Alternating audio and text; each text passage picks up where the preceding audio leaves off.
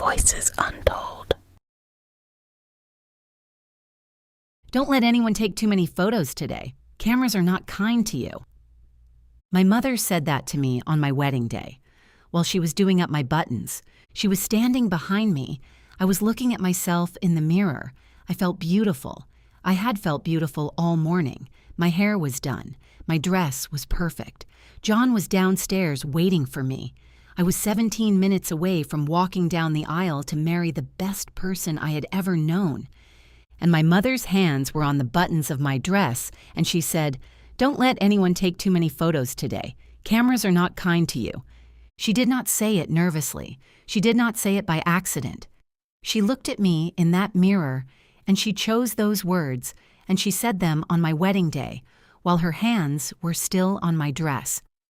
She finished the last button. She looked at me in the mirror for a moment with an expression I could not name. Then she picked up her handbag and said she would meet me downstairs. She left me standing there in my wedding dress in front of a mirror that now felt like an accusation. I walked down the aisle 13 minutes later and I smiled at John, and I meant that smile with everything I had. He cried when he saw me. He actually cried. He stood at the end of that aisle with tears on his face, and he looked at me like I was the most beautiful thing he had ever seen in his life. But underneath all of it, underneath the flowers and the music and the love, there was my mother's voice. Don't let anyone take too many photos today. There are 412 photographs from my wedding day. John counted them once when we were going through the album. He thought it was funny. I did not tell him what my mother had said that morning. I just looked at the photographs, all 412 of them. And I looked fine. I looked like a woman getting married. I looked happy because I was happy. I looked exactly like myself. I was fine the whole time. I was always fine. She just never let me know that. 3 weeks ago, I found a box in the back of a wardrobe that my grandmother left for me. Inside was a letter. It changed everything, but it started on a Tuesday. My name is Lily. I am 33 years old. I live in Portland, Oregon with my husband, John, and my daughter, Grace, who is 7. I work as a graphic designer from home. My mother has been doing this to me since I was 6 years old, not by accident, not without knowing. She knows exactly what she says, and she says it anyway. She has always known. She is the kind of woman who makes a good first impression, warm to strangers, remembers birthdays, brings the right gift. In a room full of people who do not know her, she is delightful, and she has spent 30 years dismantling me, piece by piece, comment by comment, with a smile on her face and a cup of tea in her hand. I was 8 years old the first time I understood clearly what she thought of me. We were in a changing room. She was taking my sister and me shopping for school clothes. My sister was 10. I was 8. Everything looked right on my sister. She came out of each dressing room and my mother smiled and said yes and yes and yes. I found a yellow dress with small buttons down the front. I put it on. I looked at myself in the mirror. I felt good, in a completely uncomplicated way. I was 8 years old and I did not yet know all the things I was supposed to feel bad about. My mother looked at me. She tilted her head. She said, "Oh, sweetheart." Then she lowered her voice. She said, "You have such a pretty sister. You got the brains in the family, and some dresses are not for every body type. This is one of those dresses." She handed me something loose, something designed to hide rather than to show. I put the yellow dress back on the hanger. I was 8 years old and I was alone with my mother, and she was telling me with complete certainty what kind of body I had and what I was and was not allowed to wear. One sentence, one tilted head, and a little girl puts back the things she loved. That was not the only time. When I was 10, my mother signed me up for a dance class. Not because I wanted to dance, because she thought it would help me carry myself better. Those were her exact words. Help you carry yourself better, like I was something that needed to be managed. I went every Tuesday for 6 months. I was not a natural dancer, but I worked hard. At the end of the year, there was a small recital. All the families came. Afterward, my mother said, "You were much more graceful than I expected." Much more graceful than I expected. Not graceful. Much more graceful than expected. The expectation was already built into the compliment. The expectation was low and I had managed to exceed it, and that was the best she could offer. I was 10 years old. When I was 12, she looked at my school photograph and said, "Oh, sweetheart, we will do better next year." She did not put it on the wall. Every other photograph in our house was displayed. That one went in a drawer. I found it years later clearing out my childhood bedroom. I sat on the floor and looked at it. There was a 12-year-old girl smiling at the camera. She looked completely fine. She looked like a regular kid who was happy to have her picture taken. My mother put her in a drawer anyway. When I was 14, my mother started commenting on what I ate. Not dramatically, not cruelly, just constantly. A steady, quiet commentary on every meal. "You don't need the extra bread. You've had enough rice. You should try the salad instead. Are you sure you want seconds?" I developed a habit that took me years to unlearn. I would scan the room before I took food from a table. I would watch to see if anyone was watching me. I would eat less than I wanted in public and make up for it in private and feel shame about both. I told my therapist this when I was 29. She asked how long I had been doing it. I said since I was 14. She wrote something down. She said, "Do you understand that what you are describing is a learned behavior that was installed in you by someone who was supposed to make you feel safe?" I said she was just trying to help. My therapist looked at me. She said she was doing damage and calling it help. That was the first time I had ever heard anyone say that out loud. When I was 16, I was in a school play, 3 months of rehearsals. I had the lead. I worked harder on it than I had worked on anything. My teacher held my hands after the performance and said, "Lily, you were extraordinary tonight." My mother found me in the crowd. She said it loud enough for my teacher to hear. She said it loud enough for the parents around her to hear. She said, "The other girl was more natural, but you tried hard. That counts for something." Then she smiled at everyone around her as she said it, like she was being supportive, like she was being a good mother. I said nothing. I smiled. I said, "Thank you, Mom."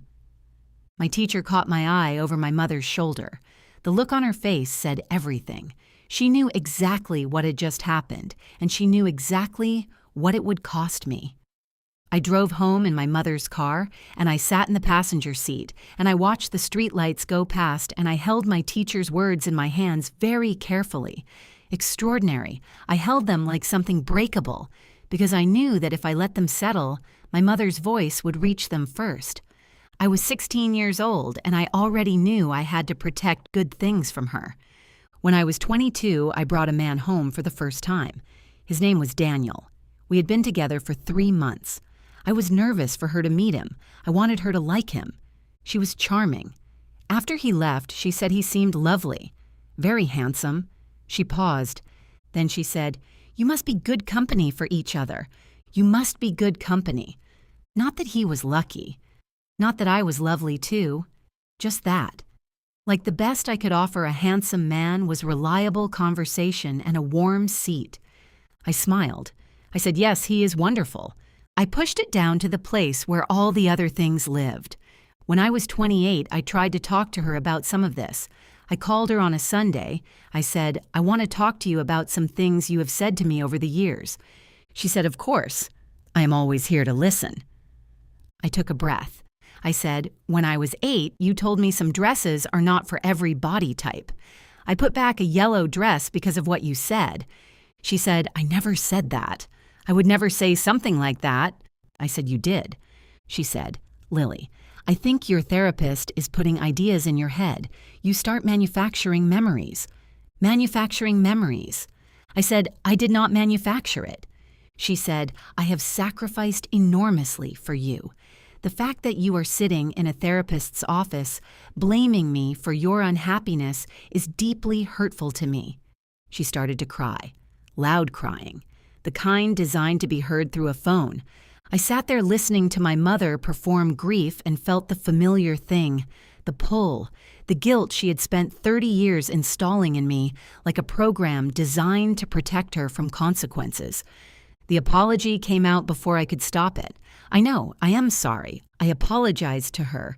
I apologized to my mother for trying to tell her what she had done to me. She stopped crying almost immediately. She said briskly, I just want what is best for you. You know that." She had been crying for exactly as long as it was useful. I did not try to talk to her about it again for 5 years, until Tuesday.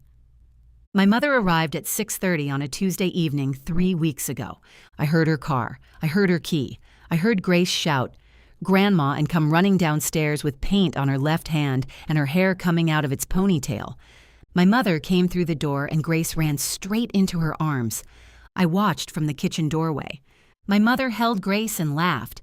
She kissed her forehead. She said, "Look at you. Look at this beautiful girl." Grace beamed. Then my mother looked at Grace's hair. She said, "Your hair is a mess, sweetheart. Come here, let me fix it." Grace said, "I like it like this, Grandma." My mother laughed. She said, "You like everything the messy way, just like your mother." She was already reaching for Grace's hair, already untying the ponytail, her hands moving with the specific confidence of someone who has always believed she has the right. But I saw Grace's face, just for a second, before she turned around. It was the face I know, the small internal adjustment, the almost imperceptible decision to agree, to make herself smaller, to accept the correction, to begin to believe that maybe her hair was wrong. Something dropped through me like cold water. I thought, not her, not Grace. I turned away from the stove. I said, "Grace, your hair looks beautiful. Leave it." My mother looked at me.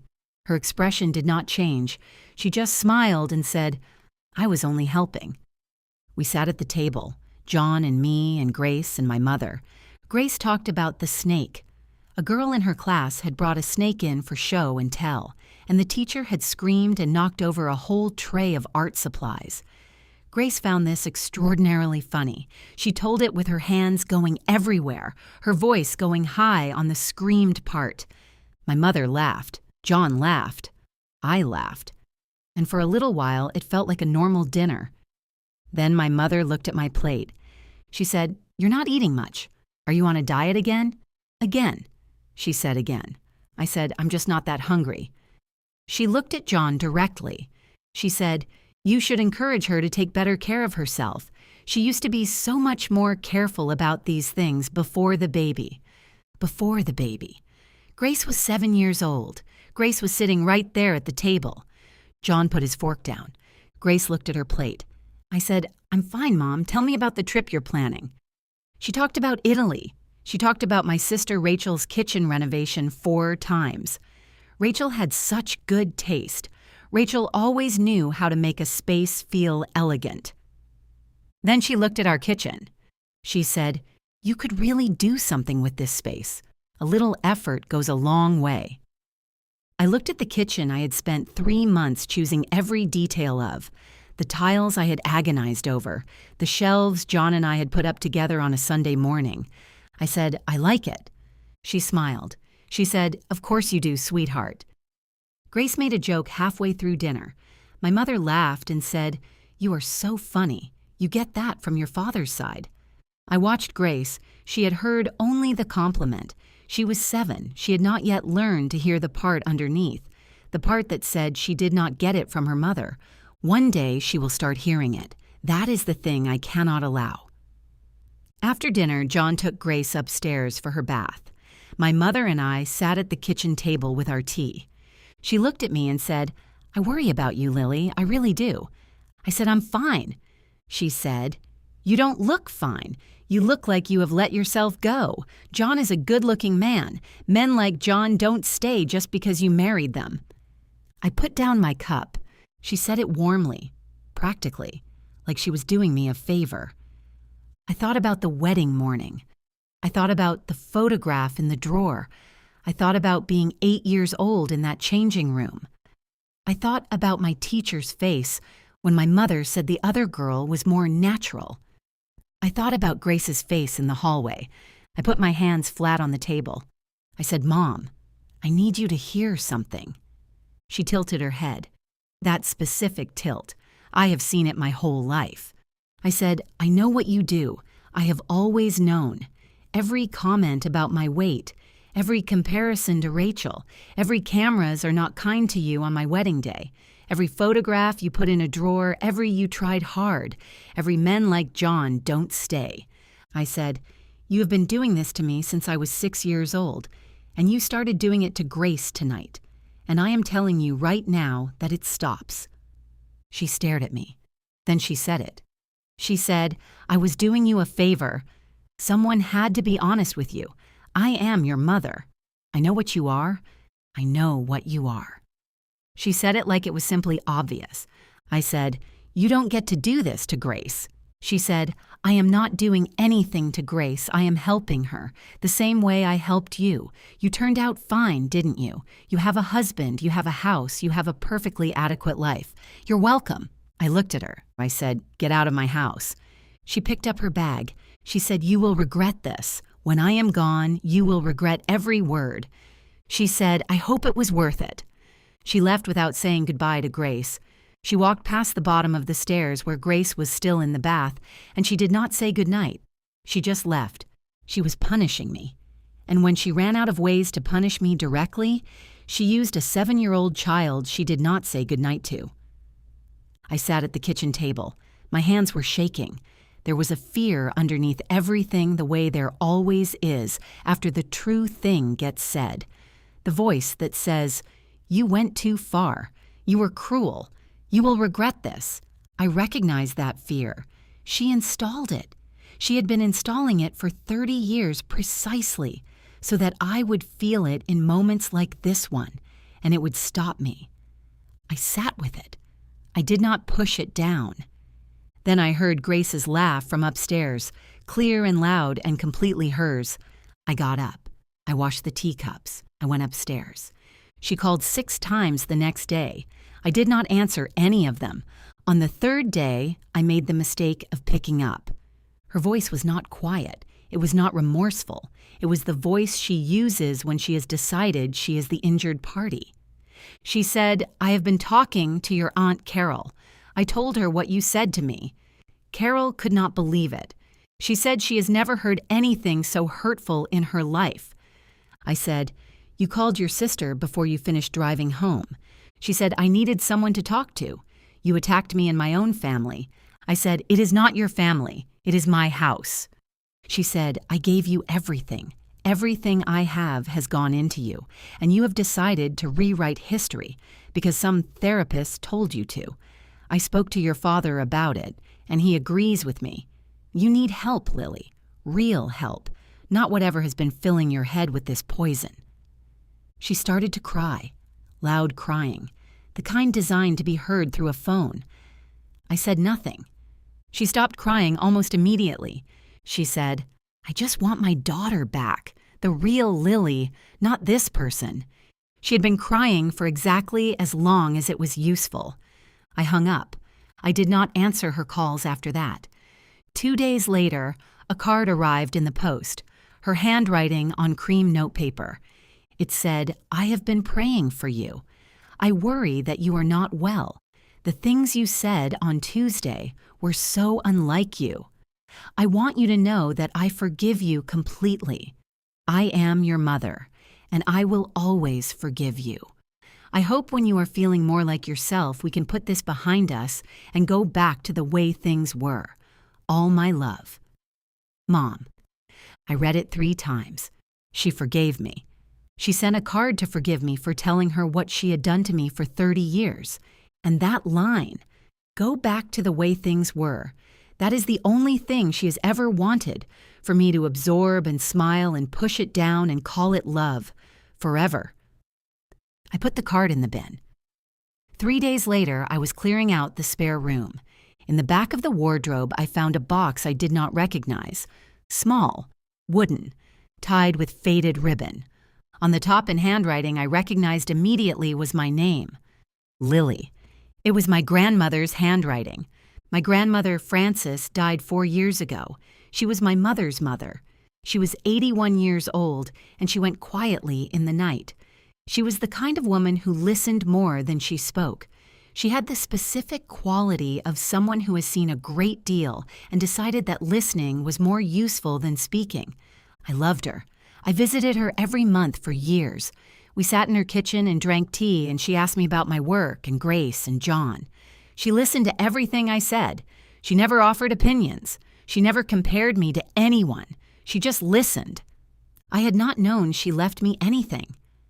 I opened the box. Inside were some small things. A brooch I remembered her wearing, a photograph of her as a young woman I had never seen, a pressed flower, and at the bottom, an envelope, sealed, with my name on the front. Underneath my name in her handwriting were 5 words. "Open this when you are ready." I sat on the floor of that spare room with the envelope in my hands. I thought about Tuesday, about my mother leaving without saying goodnight to Grace, about the phone call where she cried and stopped the moment I went silent, about 30 years of comments and drawers and tilted heads and a card that forgave me for telling the truth. I thought, I am ready. I opened it. The letter was 3 pages. Her handwriting was small and careful. I could hear her voice in every sentence. She wrote, "My darling Lily, if you are reading this, then something has happened that made you need to. I want to tell you something I should have said out loud a long time ago. I watched my daughter do to you what was done to me by my own mother, and I said nothing. I told myself it was not my place. I told myself families are complicated. I told myself you were strong and you would be fine. I was a coward, and I am sorry. But I want you to know what I saw. I saw a little girl who was extraordinary. I saw a child who felt things more deeply than anyone around her and turned those feelings into something beautiful. I watched you grow into a woman of genuine talent and warmth, and I watched your mother chip away at that woman every single time she was in the room. She knows what you are. That is the thing I need you to understand. She has always known. She is not blind to your gifts. She is threatened by them. She could not let you know your own worth because your worth made her feel her own smallness. That is not your burden. It was never your burden. You were always the extraordinary one. I should have told you every single day. I did not. That is my failure, not yours. There's a key in this box. It opens a safety deposit box at First National on Cedar Street. Inside is a letter I wrote to your mother 20 years ago, a letter I never sent. I want you to have it, not to use as a weapon, so that you know that someone saw, someone always saw. I love you, my darling, more than I ever knew how to say. Francis. I sat on the floor of that spare room and I read that letter 3 times. Then I cried. The kind that comes from somewhere old and deep and has been waiting a long time to come out.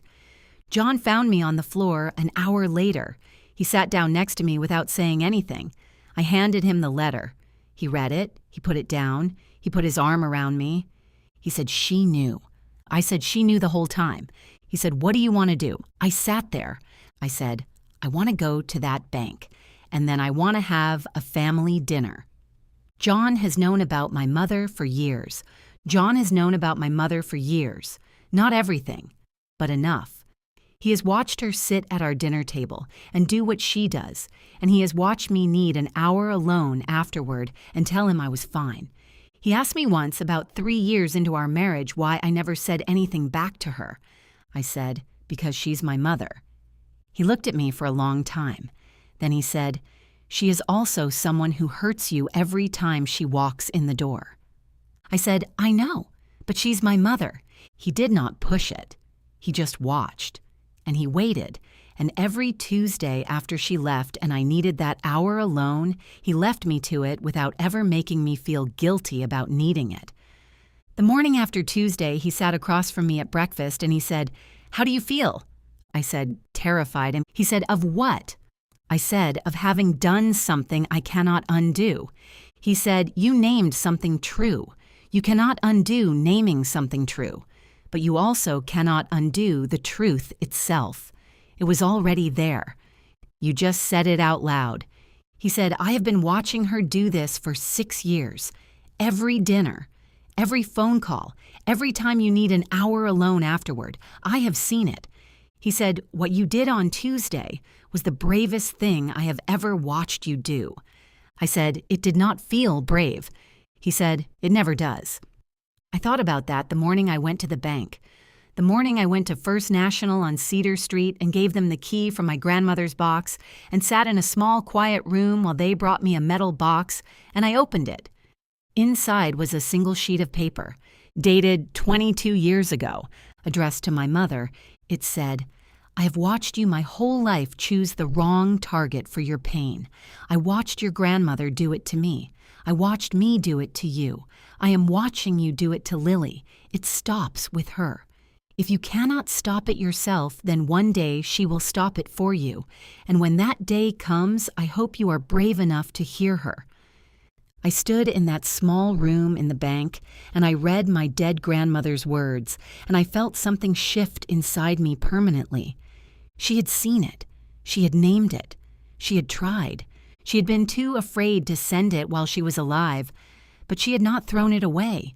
She had kept it in a safety deposit box and left it for me to find when I was ready. She had been waiting 2 decades to be heard. I folded both letters carefully and put them in my bag. That evening, I called my mother. I told her I wanted to have a family dinner on Sunday. I told her Rachel would be there. I told her John and Grace would be there. I told her I had something important to share. She came. Of course she came. She arrived with wine and a gift for Grace and that specific warm smile she puts on for audiences. We sat at the table, all of us, my mother, Rachel, John, Grace, me. Grace talked. John poured wine. My mother was charming. She complimented Rachel's hair. She said something slightly cutting about my serving dish, disguised as a question. She gave Grace a toy and called her the prettiest girl she had ever seen. I watched her work the room. She is very good at it. She has had a lifetime of practice. She knows exactly how to make everyone around her feel seen and warm and included. She knows exactly how to make me feel like the one person in the room who has somehow gotten things wrong. After dinner, I said, "I need to read you something." My mother looked at me, that tilt of the head. I took out the first letter, my grandmother's letter to me. I read it out loud, the whole thing, every word. I heard my mother's breath change when I got to "You were always the extraordinary one." I heard Rachel go very still beside me. I heard John set down his glass. When I finished reading, my mother said, "Where did you get that?" I said, "She left it for me, in a box, with a key." My mother said, "What key?" I took out the second letter, the one my grandmother wrote 22 years ago, the one she never sent. I read that one too. I watched my mother's face as I read it. I watched her hear her own mother's words. I watched her hear, "It stops with Lily." I watched her hear, "If you cannot stop it yourself, then one day she will stop it for you." The room was completely silent. Rachel had her hand over her mouth. John was looking at the table. Grace was looking at me with her big eyes, not entirely understanding, but understanding enough. My mother sat very still. Her face was doing something I had never seen it do before. Not guilt, not the manufacturing of tears for strategic effect, not the voice of the injured party. Something older, something that looked almost like recognition. She said, "My mother wrote that." I said, "She wrote it 2 decades ago. She never sent it. But she kept it. She left it for me to find." My mother looked at the letter in my hands. She looked at it for a long moment. Rachel said quietly, "I have seen it my whole life. She did it to both of us, Mom. She just used different weapons on each of us." My mother turned to look at her older daughter, the one she had always called the pretty one, the one she had weaponized against me without Rachel ever asking to be weaponized. She said nothing for a very long time. Then she said, "I don't know how to be different." It was the first true thing she had ever said to me. Not an apology, not an excuse, not a performance, just a woman sitting at a table finally admitting the thing that was true. I said, "I know, but you have a granddaughter sitting at this table, and she is watching everything, and that is why I am not going to let you be the same with her." My mother looked at Grace. Grace looked back at her with her 7-year-old eyes that see everything. My mother pressed her lips together. She did not speak again that evening. But she did not leave without saying goodnight to Grace. She stood in the hallway before she left, and she looked at my daughter and she said, "Good night, my love." Grace said, "Good night, Grandma." My mother left. I stood in the doorway and watched her go. I do not know what comes next between us. I do not know if she is capable of change. I do not know if she will wake up tomorrow and go back to what she has always been. People like my mother rarely change. They are too practiced at what they do, too comfortable in their certainty. But she heard her own mother's words read out loud at a dinner table. She heard her own mother say it stops with her. She cannot unhear that. It is in the room now, and it will be in the room every time she looks at Grace. That is the best I can do, and it is enough.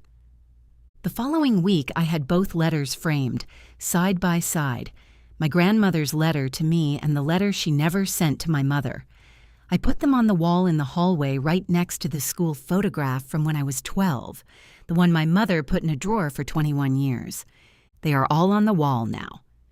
Grace came home from school that day and stopped in the hallway and studied the wall carefully.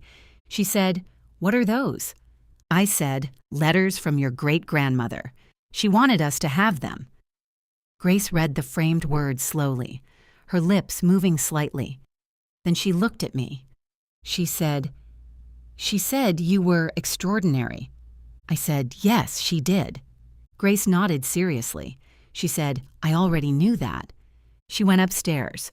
I stood in the hallway alone for a moment, 6 years old and not knowing what was happening to me. 8 in a changing room putting back the thing I loved. 10 hearing you were much better than I thought you would be. 12 watching my mother put my photograph in a drawer. 14 learning to scan the room before I took food from a table. 16 hearing the other girl was more natural, said loud enough for my teacher and all the other parents to hear. 22 hearing the best I could offer, a handsome man, was reliable conversation. 28 apologizing to my mother for trying to tell her the truth. My grandmother alone in her kitchen all those years ago writing a letter she was too afraid to send but too ashamed to throw away. She kept it. She left it for me. Tuesday at the kitchen table. Those letters read out loud while my mother sat there unable to argue with her own mother's handwriting. Grace's hand over mine during the reading. I thought, it was all worth it. Every single bit of it. Last Saturday morning, Grace came downstairs in a dress she had chosen herself, yellow with small flowers on it, her hair loose and tangled, shoes on the wrong feet. She stood in the kitchen doorway and she said, "Mama, do I look beautiful?" I looked at my daughter, her tangled hair, her wrong shoes, her yellow dress. I said, "You look completely beautiful. You always do."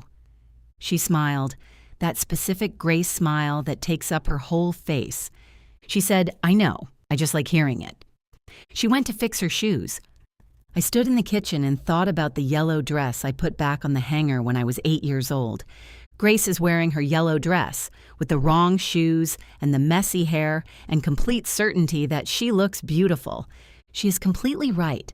I could not protect myself from my mother's voice. I was 6 years old and I did not know what was happening. But I am 33 now, and Grace is 7, and I know exactly what is happening. And this time I said something, and my grandmother said something too. She sat alone in her kitchen and she wrote the truth down and she sealed it and she waited. She waited for me, and my hallway now carries everything that was ever put in a drawer. Because some things deserve to be on the wall. All of them do, every single one. There is something I never told anyone about the year before Grace was born. John and I had been trying to get pregnant for longer than we had expected.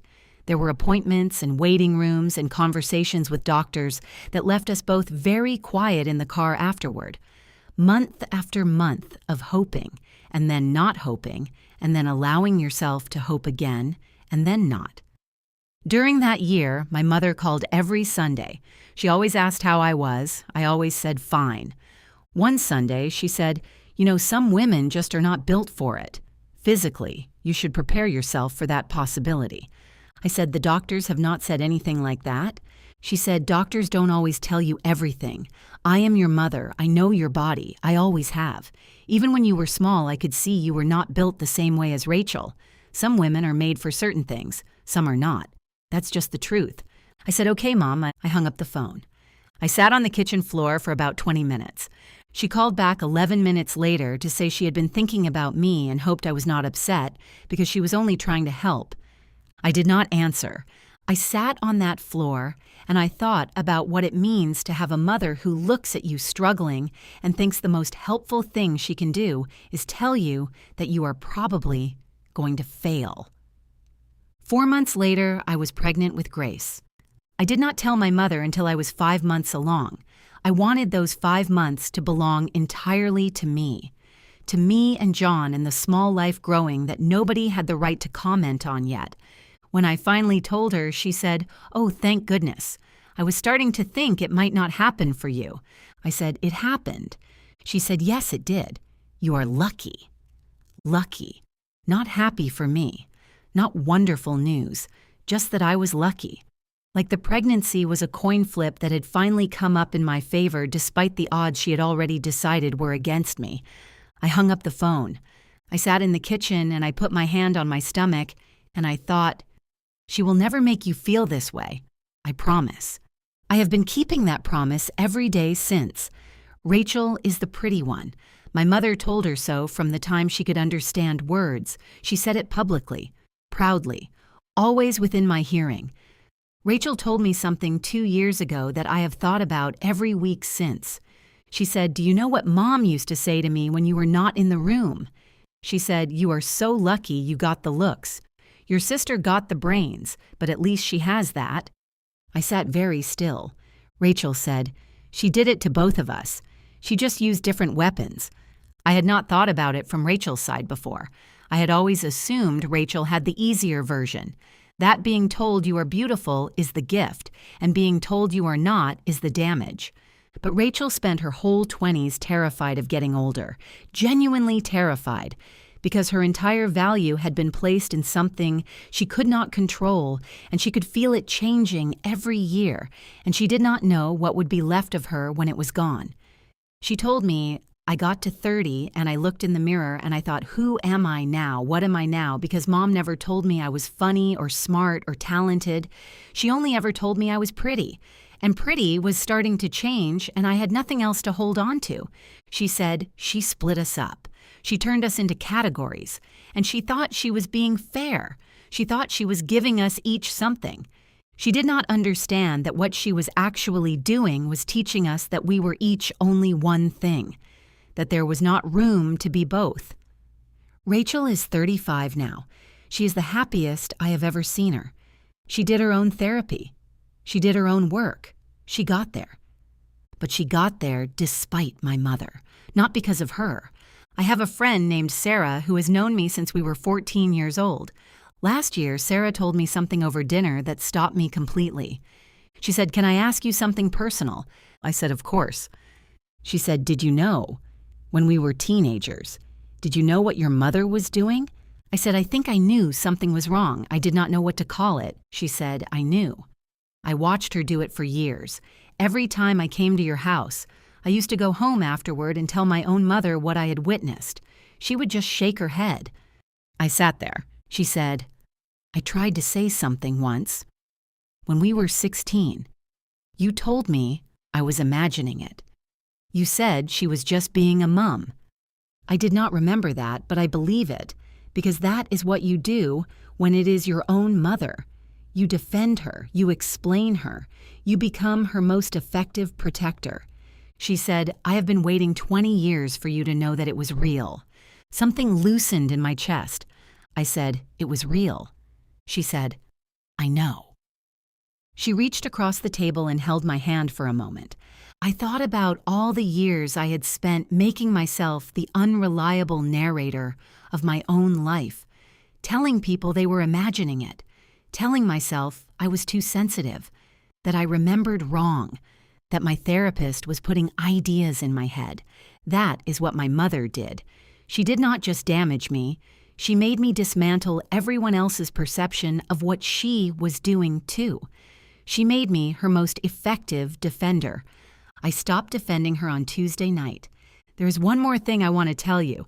About 2 weeks after the family dinner, I got a phone call from my Aunt Carol, my mother's sister, the one my mother had called before she finished driving home from Tuesday. I almost did not pick up, but something made me answer. Carol said, "I owe you an apology." I said, "What do you mean?" She said, "When your mother called me after Tuesday, I listened to her version, and I believed it. I called her back and I told her what she wanted to hear. I told her you were being unfair. I told her you had always been oversensitive." She was quiet for a moment. Then she said, "But then I thought about it. For days I thought about it, and I thought about things I had watched over the years at family dinners, things I had noticed and filed away and told myself were nothing." She said, "Your mother has always done this. I have watched it since you were small. I told myself it was not my place. I told myself families are complicated." She said, "I was wrong, and I am sorry." I sat with the phone in my hand. Then I said, "Thank you, Carol. That means more than you know." She said, "Your grandmother would be proud of you." I said, "I think she already was. She just never quite knew how to say it in time." Carol was quiet for a moment. Then she said, "She did, though. She just said it the only way she could. She left it in a box. She was right. My grandmother said it in the only way she knew how. She wrote it down and she kept it and she waited for me to be ready. And I found it. And I read it out loud, and now it is on my wall. And Grace comes home from school every day and walks past it in the hallway and sees her great-grandmother's words framed there, saying that her mother was always the extraordinary one.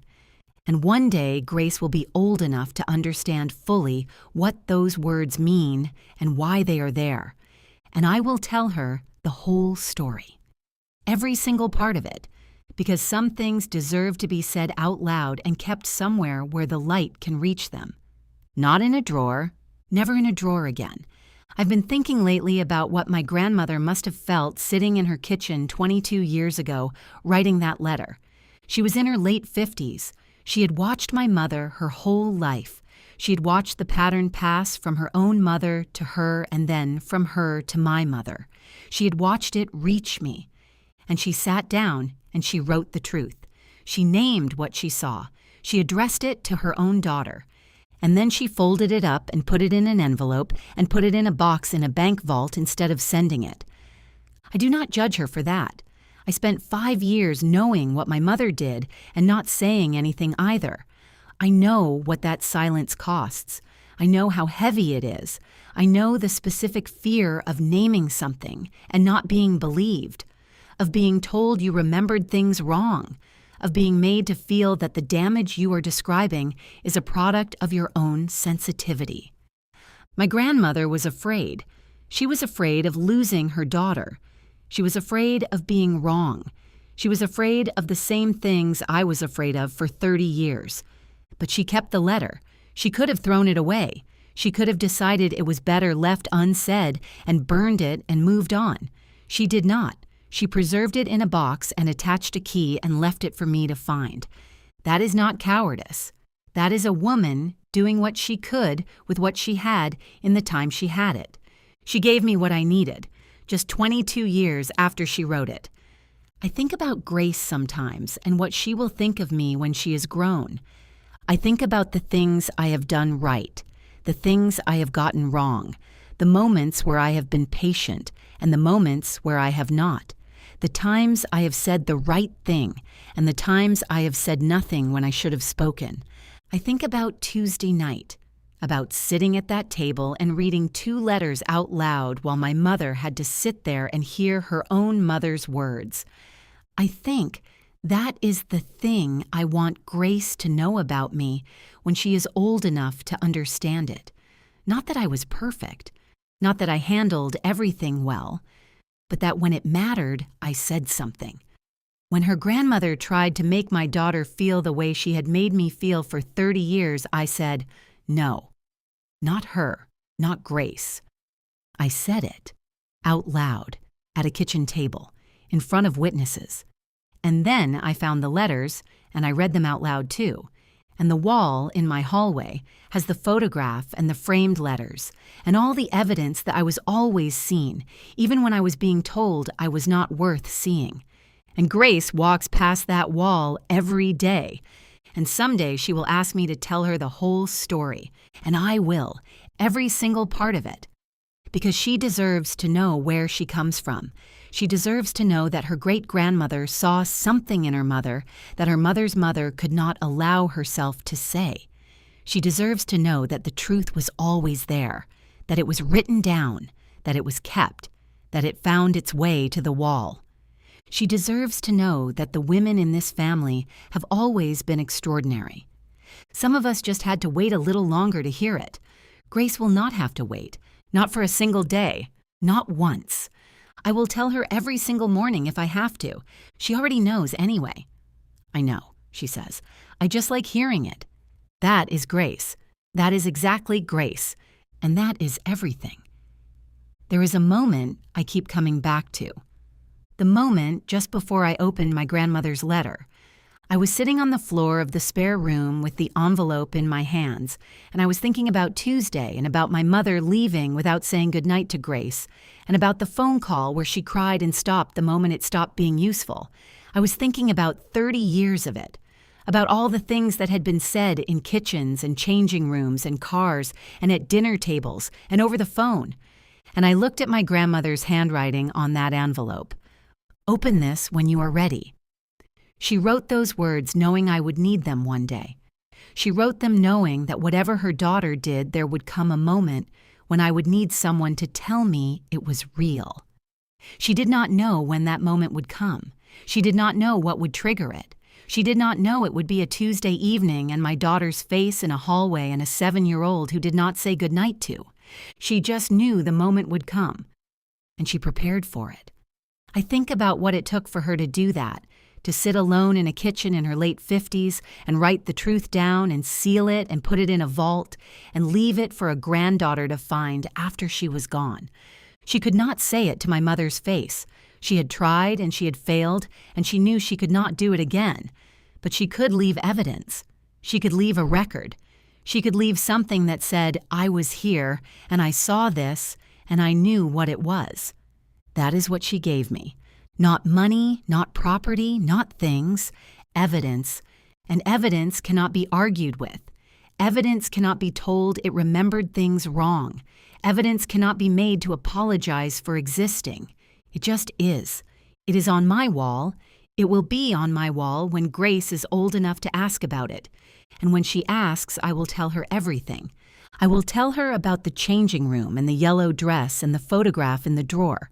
I will tell her about the school play and the other girl was more natural. Said loud enough for everyone to hear. I will tell her about 28 years of it, and then one Tuesday evening in a kitchen, and then a box in the back of a wardrobe with 5 words written on the outside. Open this when you are ready. I will tell her that her great-grandmother watched and waited and kept the truth safe in a vault for 22 years because she could not say it out loud, but she could not throw it away either. I will tell her that is what love looks like sometimes, not the loud kind, the quiet kind, the kind that keeps the letter and trusts that the right person will find it. And I will tell her that she is the reason I was finally ready to open it. Not because she is a hero in this story. She is 7 years old. She is not supposed to be anyone's reason for anything. She is supposed to just be Grace, just herself. Messy hair and wrong shoes and that vivid dress and the certainty that she looks beautiful. But I watched her face in that hallway and something shifted in me that had been waiting to shift for 30 years. And I opened the letter and I read it at the dinner table, and it is on the wall. Because of Grace. Because of a 7-year-old who does not yet know what it costs to put things back. And she never will. That is my promise, and I intend to keep it. Every single day. After my mother left and Rachel had gone home and Grace was in bed and John was washing up in the kitchen, I sat at the table alone for a while. I sat in the exact chair I always sit in. The chair I was sitting in when I put my hands flat on the table on Tuesday and said, I know what you do. I sat there and I thought about what had just happened. My mother had sat at this table and heard her own mother's words read out loud. She had heard its stops with her written in her own mother's handwriting dated 22 years ago. She had heard her older daughter say she did it to both of us. She had heard Grace's silence. She had seen Grace's face. And she had said those words. I kept turning that sentence over. Not I didn't know I was doing it. Not I never meant any harm. Not I was only trying to help. I don't know how to be different. That is an admission. That is someone saying, I know exactly what I am, and I do not know how to stop being it. I do not know what to do with that. I genuinely do not. I have spent a week trying to decide how I feel about it, and I still do not know. Part of me feels something that is not quite compassion, but is in that neighborhood. A woman in her 60s who has spent her whole life doing damage and does not know how to stop. That is not nothing. That is its own kind of tragedy. But then I think about Grace's face in the hallway. I think about a 7-year-old who did not get a good night from her grandmother because her grandmother was too busy punishing me. I think about what those words have cost me over 30 years and what they would cost Grace over the next 30 if I let them. And the almost compassion goes away because that admission is not the same as I am going to try. And trying is the only thing that matters now. John came to the doorway with a dish towel over his shoulder. He looked at me sitting at the table. He said, "You okay?" I said, "I don't know yet." He said, "That's fair." He went back to the dishes. I sat at the table a little longer. Then I got up. I went upstairs. I looked in on Grace. She was asleep on her back with her arms out to the sides and her hair spread across the pillow and her mouth slightly open. She had a small stuffed rabbit tucked under one arm that she has had since she was 2 years old. I stood in the doorway and looked at her for a moment. My grandmother writing that letter, sitting in her kitchen knowing she could not send it, knowing she did not have the courage to say it out loud, knowing that the only thing she could do was keep it safe and trust that it would find its way. She would have loved Grace. She died before Grace was old enough to remember her properly. Grace was 3 when my grandmother died. I have photographs of them together, my grandmother holding Grace on her lap, both of them looking at the camera. My grandmother with an expression I recognize now in a way I could not when I first saw it. She was looking at Grace like she was looking at a second chance, like she was looking at the little girl she had failed to protect and getting one more opportunity to say the thing she had not been able to say in time. She could not change what she had done for my mother. She could not undo what my mother had done to me. But she could hold this small person in her lap and look at her with complete, uncomplicated love and not say a single word about her hair or her weight or whether the cameras would be kind to her. Just look at her. That was enough. That was more than enough.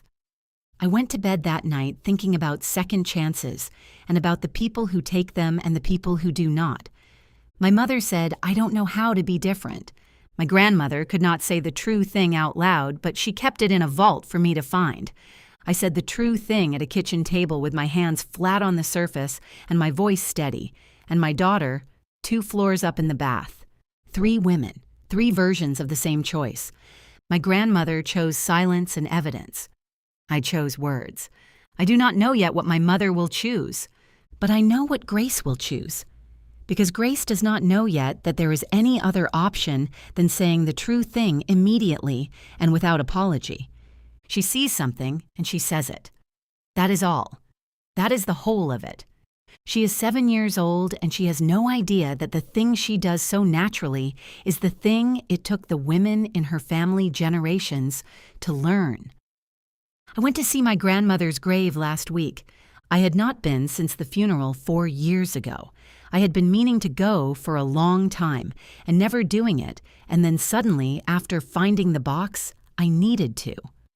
I drove out on a Thursday morning. It was cold, the kind of cold that feels like the sky pressing down. I brought flowers, pale yellow ones because yellow was her favorite color. I found the grave. I stood there for a while. I did not know what to say. I am not someone who talks to graves in the way some people do. I did not feel her there exactly. but I felt something. I felt the weight of what she had done, the specific courage of a woman who could not say the thing out loud but refused to let it disappear, who sealed it and kept it safe and wrote 5 words on the outside of an envelope. "Open this when you are ready." She trusted me. She trusted that I would be strong enough to open it when the time came. She trusted that I would know what to do with it. I stood at her grave and I thought, I did. I opened it. I read it. I read it out loud at a table with my mother sitting right there. I thought, I hope you know. I put the flowers down. I stood there a little longer. Then I drove home. Grace was at school. John was working. The house was quiet. I went to the hallway. The photograph from when I was 12. My grandmother's letter to me. The letter she never sent. All of it displayed where it belongs. I thought, she does know. She left the evidence and trusted me to use it. I used it.